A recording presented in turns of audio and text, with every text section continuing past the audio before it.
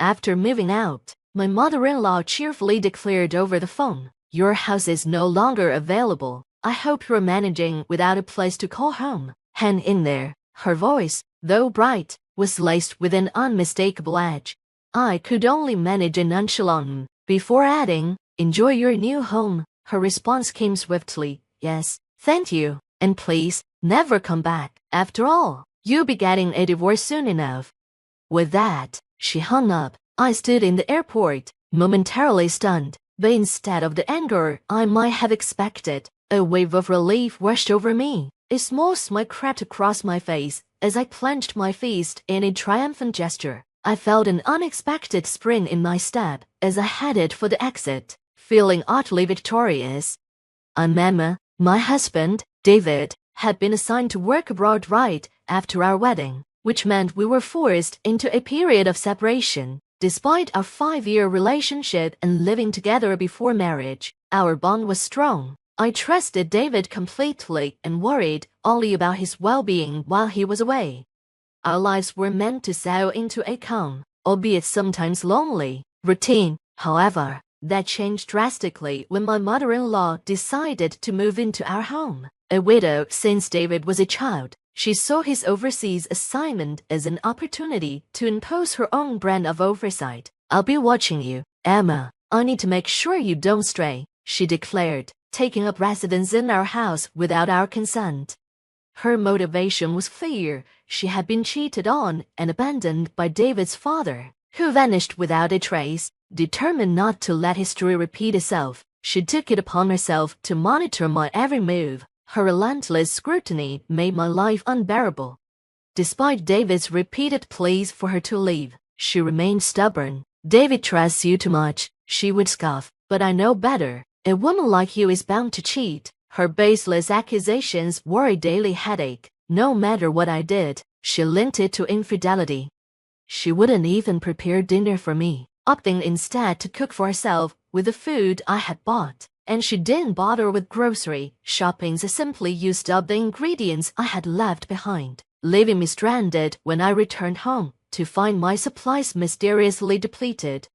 I tried to voice my frustrations, but my mother-in-law either didn't care or simply ignored me. "I bet you're out dining with your boyfriend, since you're obviously cheating," she would sneer, pushing my patience to its limit. Even when I came home late from work and tried to cook, she'd make a scene, accusing me of infidelity because of the hour.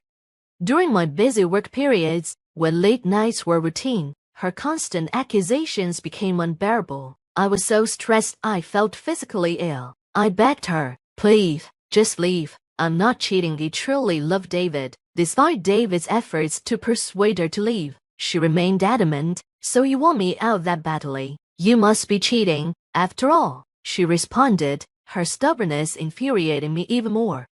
One day off, I went out to meet a friend and, predictably, was accused of cheating once more. My mother-in-law seemed fixated on catching me, trailing me in the most conspicuous way. She hid behind lampposts and peered from behind our home's brick wall, making her presence known.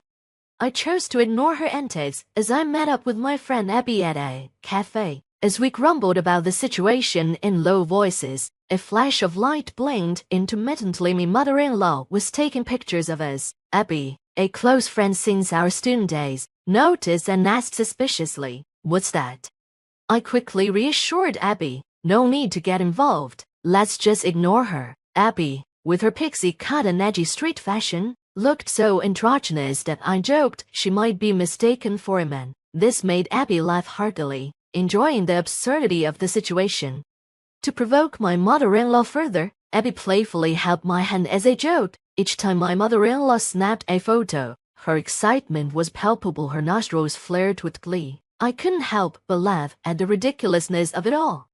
After witnessing her comical surveillance, I felt some of my stress melt away. Abby and I went shopping, and as expected, my mother-in-law trailed us home, still hiding and snapping photos from a distance. As usual, my mother-in-law was lurking behind lampposts and brick walls, trying to catch me in the act. I couldn't help but find the whole situation amusing. Each time I turned a corner, she scurried off to find a new hiding spot. As if we were playing an absurd game of hide and seek, I played along, dodging her and finding her antics increasingly ridiculous. When I finally arrived home and began to take off my shoes, she burst in with the excitement of a child who had just discovered a hidden treasure. "Emma, look, I've got proof of your infidelity," she declared triumphantly, holding up a disposable camera. "I'm going to send these to David. Get ready." I wasn't particularly fazed. "Oh, really? Good luck with that," I replied with a nonchalant shrug, which only seemed to occur more. She buzzed around me like a relentless, nagging child. "Are you okay with this? Your face and his are clearly visible in the photos." I remained calm, replying, "That's fine." The fact that Abby's androgynous look might have led to her being mistaken for a man was unfortunate, but David had met Abby several times before our marriage. Even if my mother-in-law sent photos of Abby and me, David would likely recognize her as just a friend. As I endured my mother-in-law's increasingly childish schemes, I received news of a sudden business trip overseas. It was a disappointment that I wouldn't be able to meet David because the trip was to a different country, but there was no helping it. I informed my mother-in-law about my upcoming departure, knowing it would only add to her already distorted view of our situation. Though I hadn't asked for her opinion, my mother-in-law seemed to have turned my business trip into her own version of a romantic escapade. While I was busy preparing for the trip, she smirked and said, "It'll be a big problem if you come back pregnant from your little romantic getaway. David hasn't seen you in a while, so it won't be easy to pretend the baby is his." Her distasteful imagination was so absurd that it hardly seemed worth arguing. I responded with a practiced nonchalance, "Yes, indeed, but it's a business trip, not a romantic getaway." With that, I left for my trip. The business trip was intense and non-stop, and the days passed in a blur. By the time I returned to the U.S., I was utterly exhausted. My boss, who had also been on the trip, was equally worn out and went straight home. I planned to buy some duty-free sweets before heading back, so I took a moment to rest on a bench. Just then, my phone rang. It was Abby calling with some surprising news. "Welcome back, Emma. There is something you need to know," Abby said when I answered her call. "Your mother came by the company today. It's a place most people don't visit, so I was quite surprised." My blood started to boil at the thought of my mother-in-law showing up uninvited. Abby recounted how she had dealt with this situation and asked if she had been too harsh. I chuckled and replied, "No, I think she got exactly what she deserved." After ending the call with Abby, I was just about to leave when my phone rang again. This time, it was my mother-in-law. "Emma, you should be back from your trip now. Did you enjoy your little affair getaway?" she asked, her tone dripping with sarcasm. I sighed, replying, "It wasn't an affair trip. I didn't particularly enjoy it because it was for work." "Oh, and by the way, I've already sent David the so-called evidence photos," she continued, clearly pleased with herself. I responded with a simple, "I see." As she prattled on, ignoring my indifference, she continued, "Actually, I moved, so your house is no longer there. I sold it. You must be struggling without a place to go, but hang in there." I offered a disinterested in response as she cheerfully continued, "Enjoy your life in your new house. Thank you, and please never come back to our house. After all, you'll be getting a divorce soon." As my mother-in-law hung up, I stood in the airport for a moment, feeling not anger but a surprising sense of joy. I couldn't help but do a small fist pump, feeling a lightness in my step as I prepared to head home. Of course, I was returning to the house my mother-in-law claimed to have sold. The furniture was likely already gone, taken out by her. Although much of the furniture was gone, I accepted it as a severance fee for finally ridding myself of my mother-in-law's presence. I immediately called a locksmith to replace the front door lock, ensuring she couldn't get back in even if she tried. Once that was done, I sprawled out in the living room, basking in the newfound freedom I had finally attained. With a grin, I made another fist pump and shouted, "I did it." The next day, I received a frantic call from my mother-in-law. "What's wrong?" I asked, feigning concern. But there was a hint of malice in my voice. She was trembling as she stammered. Actually, I thought I sold the house, but it turns out I didn't. I think I borrowed money without realizing it. Debt collectors are coming, and it's really scary. That must be terrifying, I replied calmly, hiding my satisfaction. It turns out that the company she unknowingly visited, mistaking it for Abby's family business, was actually a friend for a loan shark operation. Abby had explained that her parents' company, while appearing to be a real estate agency, had a darker side. They had repeatedly told my mother-in-law that she couldn't sell the house because it was in David's name, but she didn't listen.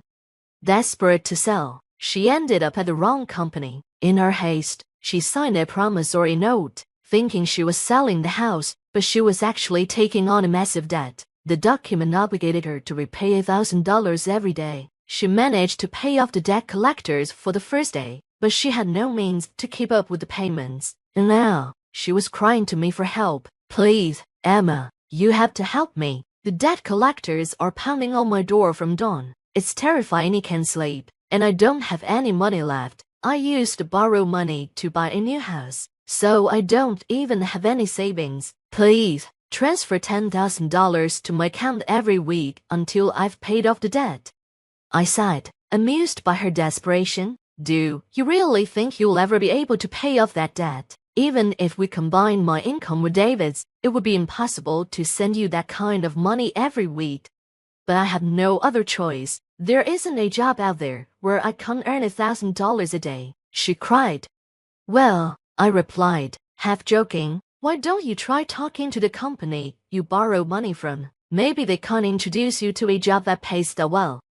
To my surprise, my confused mother-in-law responded, really? Despite everything, David's mother continued to suspect me of infidelity. Curious, I asked David if he had received the so-called evidence photos she claimed to have sent him. Oh, yeah, he replied, as if just remembering, and pulled a photo from his bag. That's Abby. Right, I have no idea why she thought this was proof of anything. He handed me the photo, a beautifully composed shot of Abby and me, taken from behind. The scenery was picturesque, almost like a page from a photo album. Abby, true to form, was playfully making a peace sign behind her back, adding a touch of humor to the image. I actually had a huge fight with my mom over the phone. David continued, his voice tinged with frustration. I told her I cut ties if she kept accusing you, but she wouldn't listen. It really annoyed me, but I thought this was a good picture, so I brought it home. I couldn't help but chuckle at the thought that my mother-in-law might have had a hidden talent for photography. What a waste, I mused, appreciating the unintended artistry of the shot.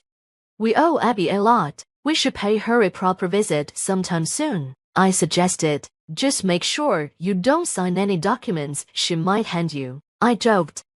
David laughed. I'll never sign anything she gives me. With that, David and I were finally able to settle into our life as a newlywed couple. Free from the shadow of his mother's suspicions, we didn't know what became of her after everything, but we suspected she was still doing hard labor somewhere in the States. We could probably find out if we asked Abby, but neither of us had any desire to track her down. Instead, we focused on our happiness. Soon after, I gave birth to our first child, and we spent our days basking in the bliss of our new family life.